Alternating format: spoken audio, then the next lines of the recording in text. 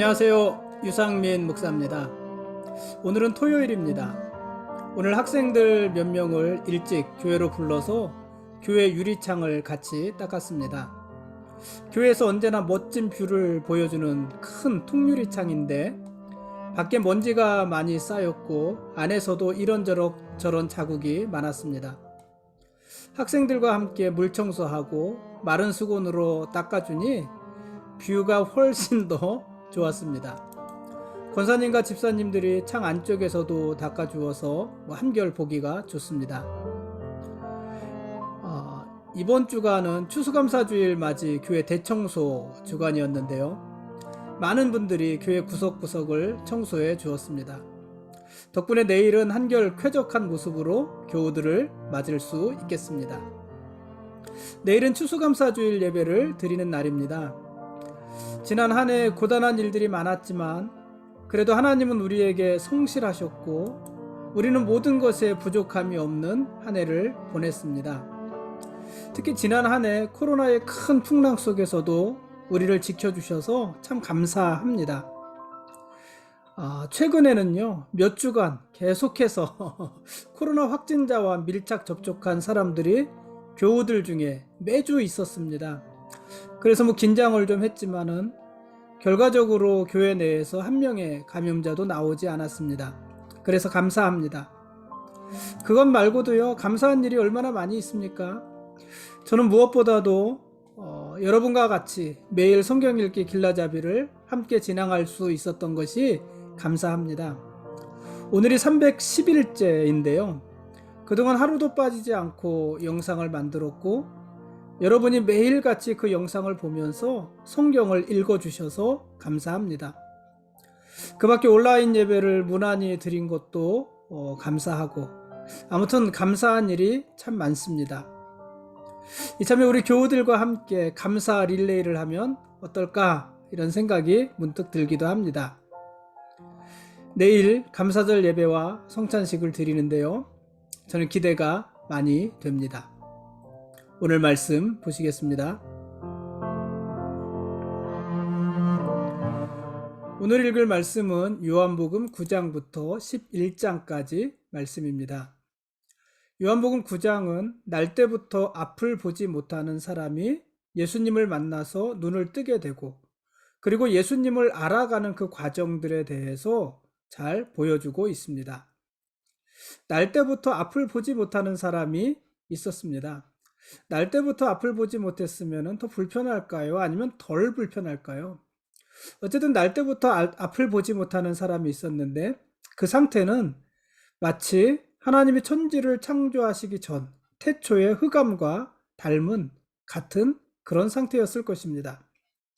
이것은 하나님을 떠난 인간의 자화상이자 또 빛을 외면한 유대인의 실상이기도 합니다. 그 어둠을 예수님이 보신 것이고요.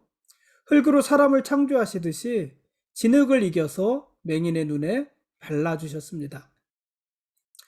그리고 그의 눈을 뜨게 해주신 건데요. 이것은 치유를 넘어서 새 창조의 의지를 보여주시는 행동이 아닐까 이런 생각도 듭니다. 흙으로 사람을 지으시고 또 흙을 이겨서 눈을 뜨게 해주신 거잖아요. 그러니까 어떤 새로운 창조의 의지가 아닌가 이런 생각도 듭니다. 그렇기 때문에 이 맹인이 다시 찾은 것은요, 눈의 시력만이 아니라 새 생명이기도 한 것입니다. 예수님을 만남으로 인해서 새로운 인생에 새로운 눈을 뜨게 된 것입니다. 제자들은요, 그 맹인을 보면서 그가 날 때부터 맹인으로 태어난 것을 죄의 문제로 생각을 했습니다. 그가 죄인이던가 부모가 죄인이던가 그래서 그런 상태로 태어날 것이다 죄의 문제로 생각을 했습니다. 그러나 예수님은 죄가 아니라 눈먼 사람을 통해서 이루실 하나님의 목적에 주목하셨습니다. 여러분, 우리도 많은 고난을 받지 않습니까? 꼭 앞을 보지 못하는 맹인이 아니더라도 우리들에게는 그의 버금가는 어려움들이 사실 많이 있지 않습니까? 많은 고난이 우리 삶에 있습니다. 근데 우리는 그 고난의 이유를 항상 다 아는 것은 아니에요. 왜 그런 고난이 우리에게 오는지 모르는 경우들이 사실은 더 많지 않습니까?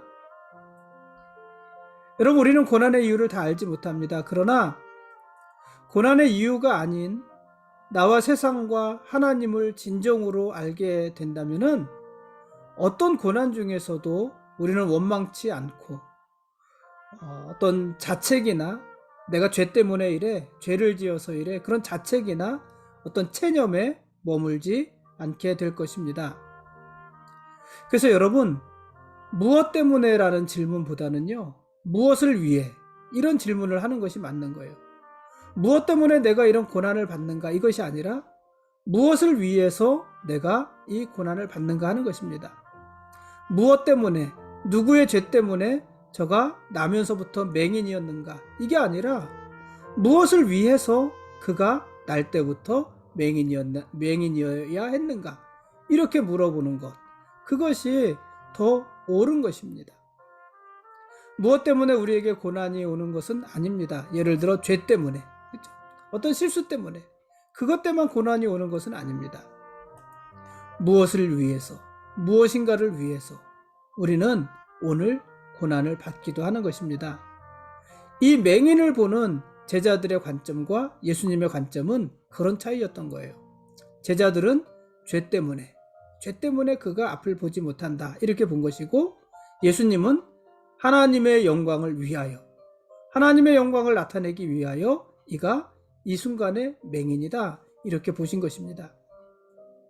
어쨌든 예수님이 날 때부터 맹인된 사람을 고쳐주셨습니다.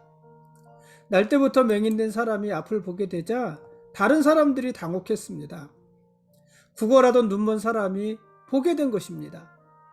사람들은 호기심을 품고 그에게 물었습니다. 그런데 시력을 되찾은 이 사람, 앞을 보게 된 맹인의 답변은요, 아주 간단합니다. 심플합니다. 말씀하시기에 말씀대로 하였더니, 그거예요. 예수라는 사람이 말씀하셔서 내가 그 말씀대로 했더니 이렇게 보게 되었다 하는 것이에요. 다른 어떤 이유도 없습니다. 말씀하시기에 말씀대로 하였더니 보게 되었습니다. 이게 전부입니다.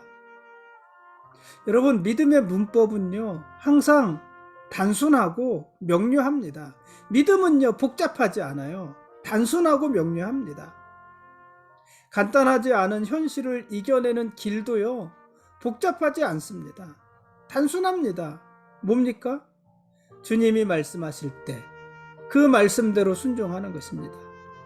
주님이 말씀하실 때 그 말씀대로 순종하면서 살다 보면 어느 순간 우리 눈이 밝아지게 되는 것이고, 우리를 힘들게 하는 고난을 우리가 이기게 되는 것입니다. 아무튼 유대인들은요, 이 눈먼 사람의 치유 사건을 놓고 의견이 분분했습니다.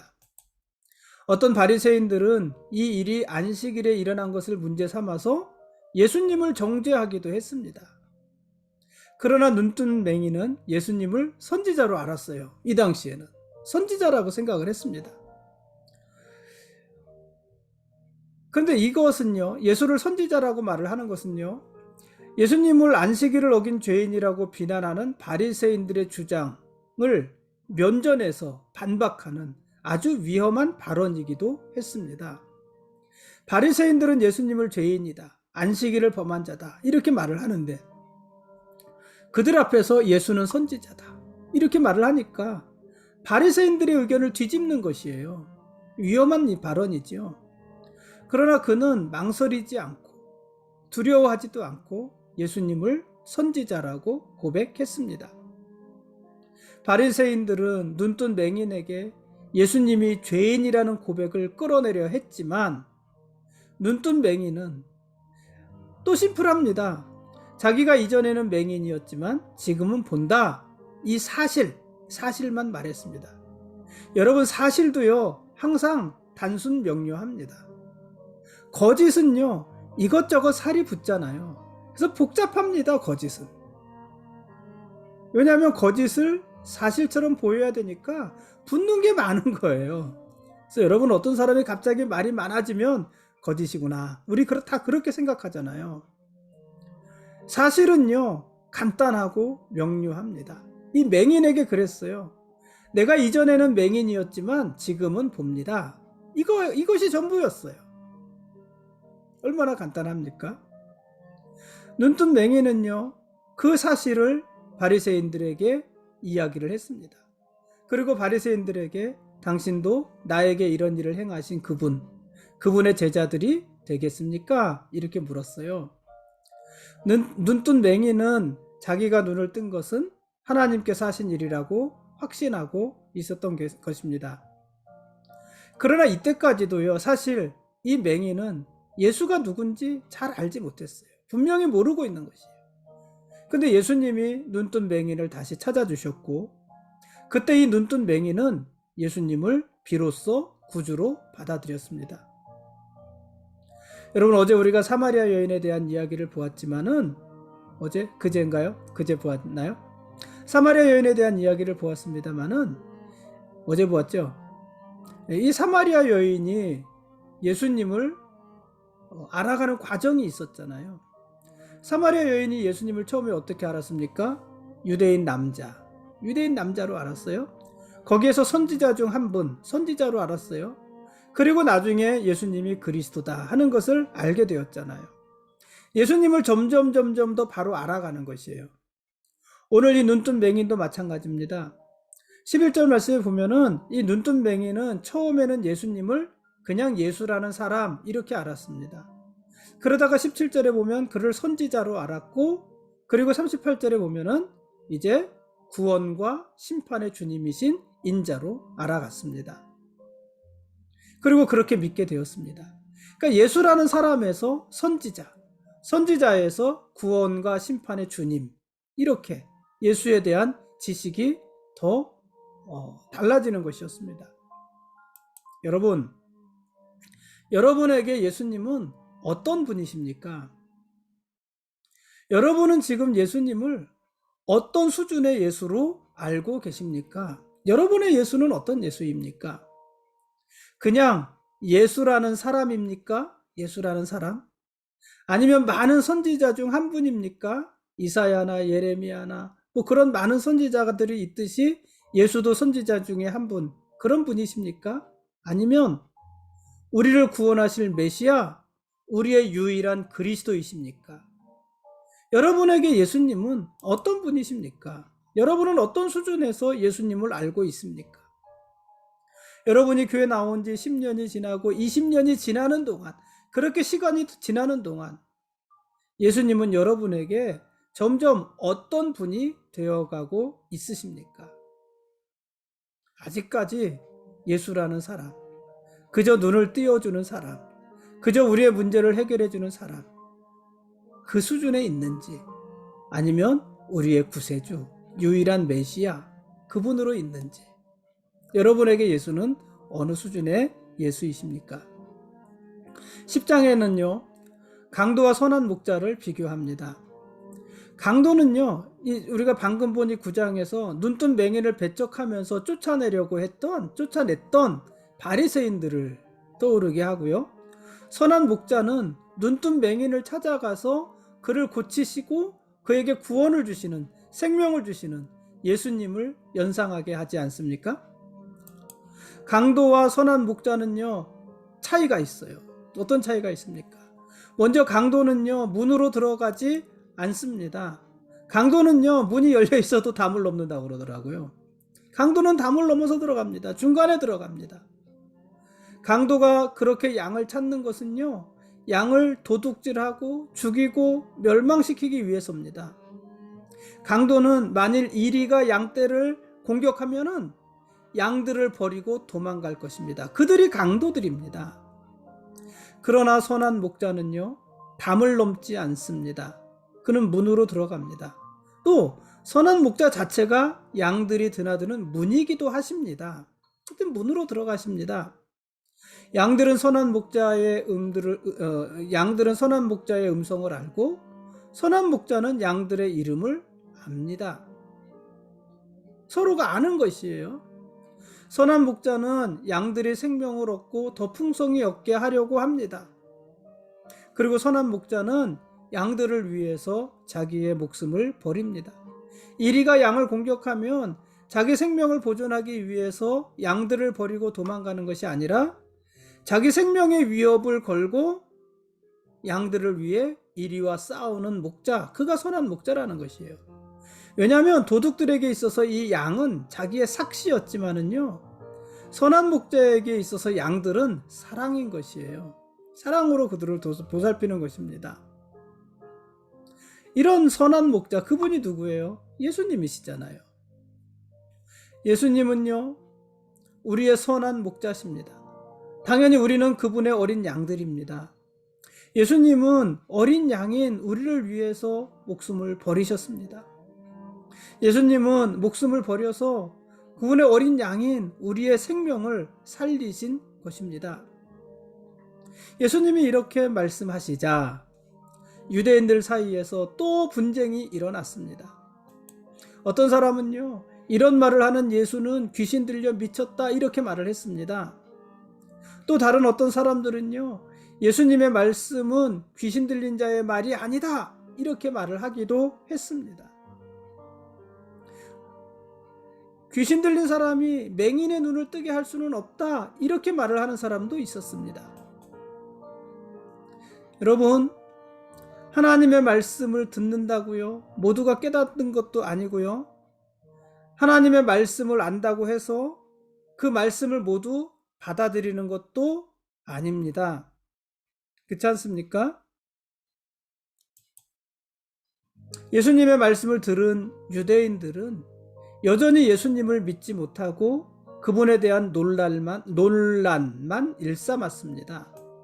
그 모습은 마치 예수님을 참 목자로 인정하지 않은 채 자기들이 영적인 맹인이고 또 선한 목자의 양이 아님을 자처하는 그런 꼴 아니겠습니까? 여러분, 양을 돌보는 것은요, 목자의 책임입니다. 그러나 양들도 선한 목자와 강도의 음성을 분별할 수는 있어야 되지 않겠습니까? 선한 목자의 음성을 들으면 살겠지만 강도의 음성을 들으면 죽을 것이기 때문에 그렇습니다. 그래서 분별해야 되는 것입니다. 세상에는요, 허다한 이야기와 현란한 이미지들이 많이 있습니다. 그것들은 저마다 자기들이 선한 목자니 나를 따르라, 이렇게 우리를 미혹합니다. 그러나 여러분, 선한 목자의 음성을 분별하십시오. 강도의 소리와 선한 목자의 소리, 우리를 죽이는 소리와 우리를 살리는 소리를 여러분 분별하십시오. 오늘날 여러분을 부추기는 소리에 현혹되지 마시고 여러분을 일깨우는 목자의 소리에 민감하게, 그리고 더 주의 깊게 귀를 기울이십시오. 그게 우리가 사는 길입니다. 11장에 보니까는요, 예수님이 사랑하시는 나사로가 중한 병에 걸렸습니다. 그래서 예수님은 즉각 나사로에게 가지 않으시고 이틀을 더 있는 곳에 머물면서 지체하셨습니다. 그러는 사이 나사로가 죽었고 예수님이 나사로의 집에 도착했을 때는 그가 죽은 지 이미 나흘이나 되었던 때입니다. 나사로의 누이들이었던 마리아와 마르다는 나사로의 죽음 앞에 당연히 절망했습니다. 그러나 예수님은 죽은 나사로를 다시 살리심으로 하나님의 영광을 드러내셨습니다. 우리는 우리가 원하는 때에 우리가 원하는 방법으로 하나님이 응답해 주시기를 기대합니다. 그러나 하나님에게는 하나님의 시간이 있고 하나님의 방법이 있습니다. 우리의 시간, 우리의 방법이 아니라 하나님의 시간, 하나님의 방법이 있습니다. 우리는 우리 뜻대로 되지 않으면 아쉬워하면서 하나님을 원망하지만 하나님은 정확한 시간에 당신의 능력을 보이시고 그로 인해서 스스로 영광을 받으시는 분이십니다. 여러분, 그래서 믿음은 뭘까요?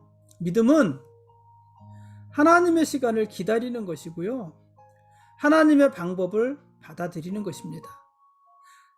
붙여서 말하면 믿음은 하나님의 시간을 기다리면서 하나님의 방법을 받아들이는 것입니다. 거꾸로 하나님의 방법을 받아들이면서 하나님의 시간을 기다리는 것입니다. 그게 믿음입니다. 살다 보면 모든 것이 우리 뜻대로 되지 않습니다.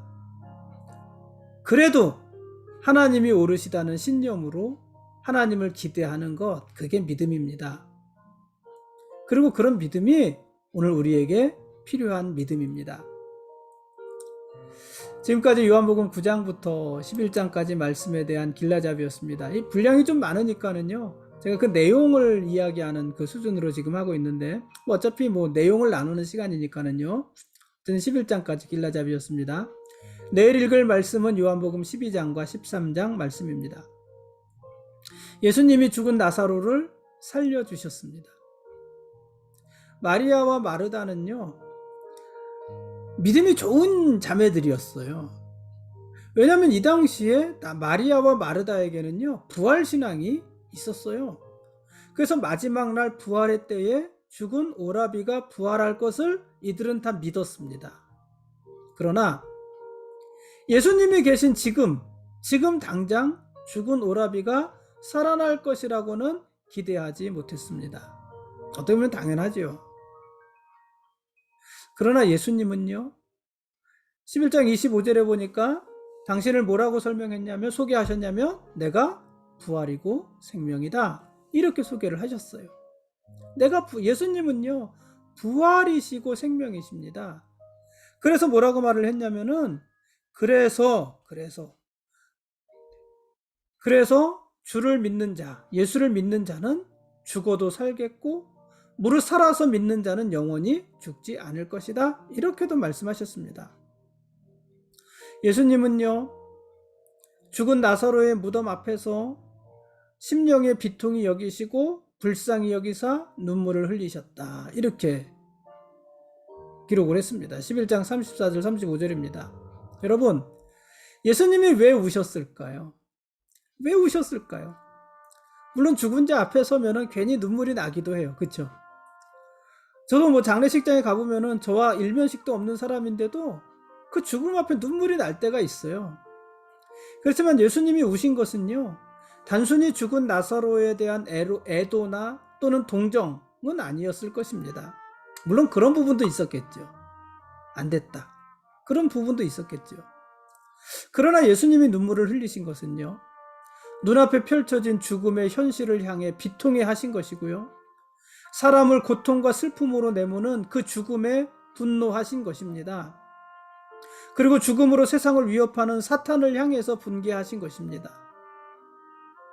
그리고 무엇보다도 부활의 주님에 대한 사람들의 무지와 죽음 앞에서 주님의 사랑을 의심하면서 주님의 능력을 시험하려는 그 무지한 사람들, 완악한 사람들에 대해서 슬퍼하신 것입니다.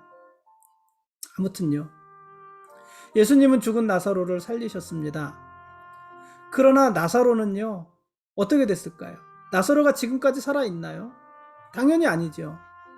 예수님께서 나사로를 살려주셨지만 나사로는 또 죽었습니다. 죽을 것입니다. 병들어 죽을 수도 있고 나이 들어 죽을 수도 있지만 아무튼 죽을 것입니다. 그리고 죽었습니다. 그러나 마지막 날 부활하는 자들은요, 영원히 죽지 않을 것입니다. 마지막 날은 주님이 믿지 않는 자들을 심판하는 날이고 믿는 자들을 영원히 구원하는 날이잖아요. 그날 잠자는 자들이 다 일어날 것이고요, 우리도 모두 변화된 부활의 몸으로 예수님 앞에 서게 될 것입니다.